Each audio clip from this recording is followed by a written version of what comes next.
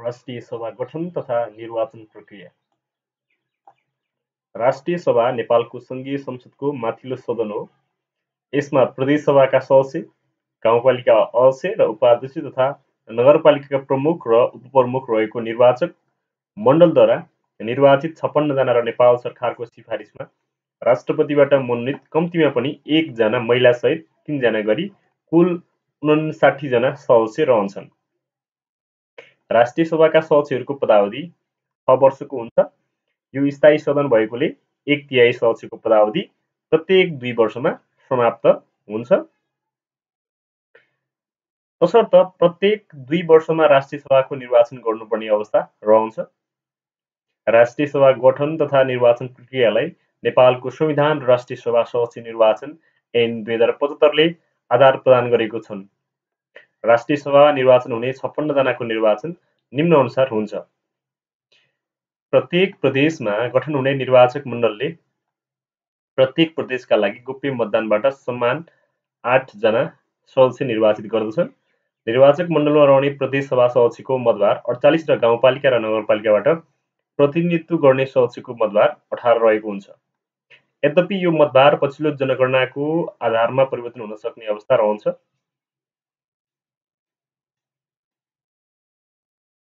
निर्वाचक मण्डलका प्रत्येक सदस्यले देहायका 4 समूहका लागि देहाय उल्लेख बमोजिम 8 जनासम्मलाई मतदान गर्न सक्छन्।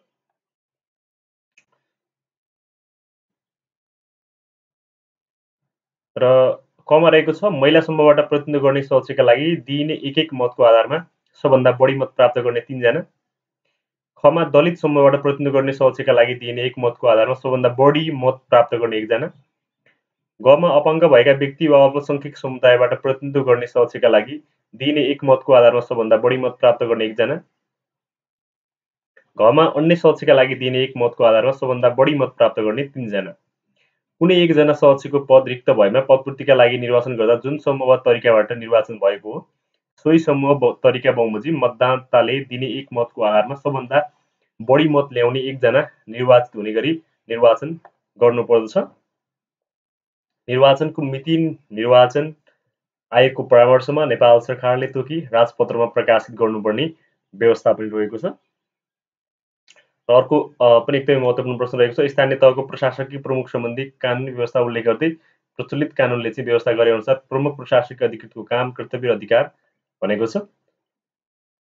नेपालको संविधानले राज्य शक्तिलाई सङ्घ, प्रदेश र स्थानीय तहमा बाँड्न गरी अभ्यास गर्ने प्रबन्ध गरेको छ।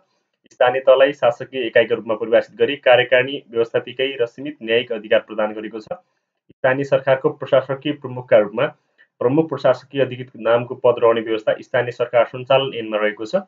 साथै प्रमुख प्रशासकीय अधिकृतको नियुक्ति कानुन बमोजिम हुने र सो नहुन्जेलसम्मका लागि निजामती सेवाको अधिकृत कर्मचारीलाई प्रमुख प्रशासकीय अधिकृतको जिम्मेवारी प्रदान गर्ने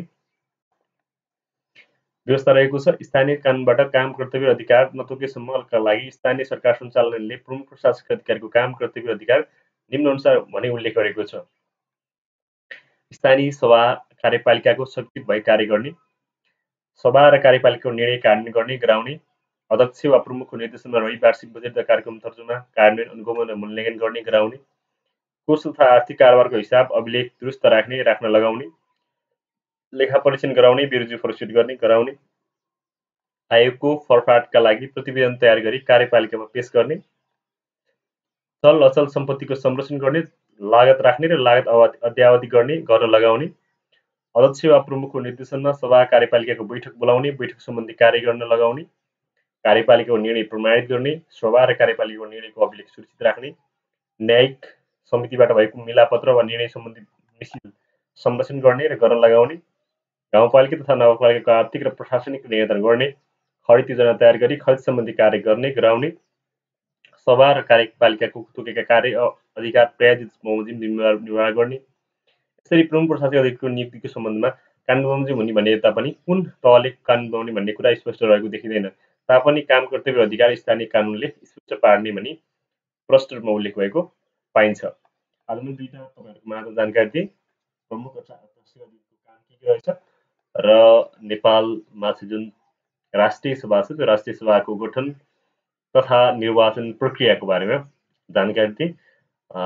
अर्को भिडियोमा तपाईँहरूको माझमा यस्तै विषयवस्तुको साथमा अर्को भिडियो लिएर आउने नै छु। अहिलेको लागि बिदा हुन्छु। हवस् त, नमस्कार।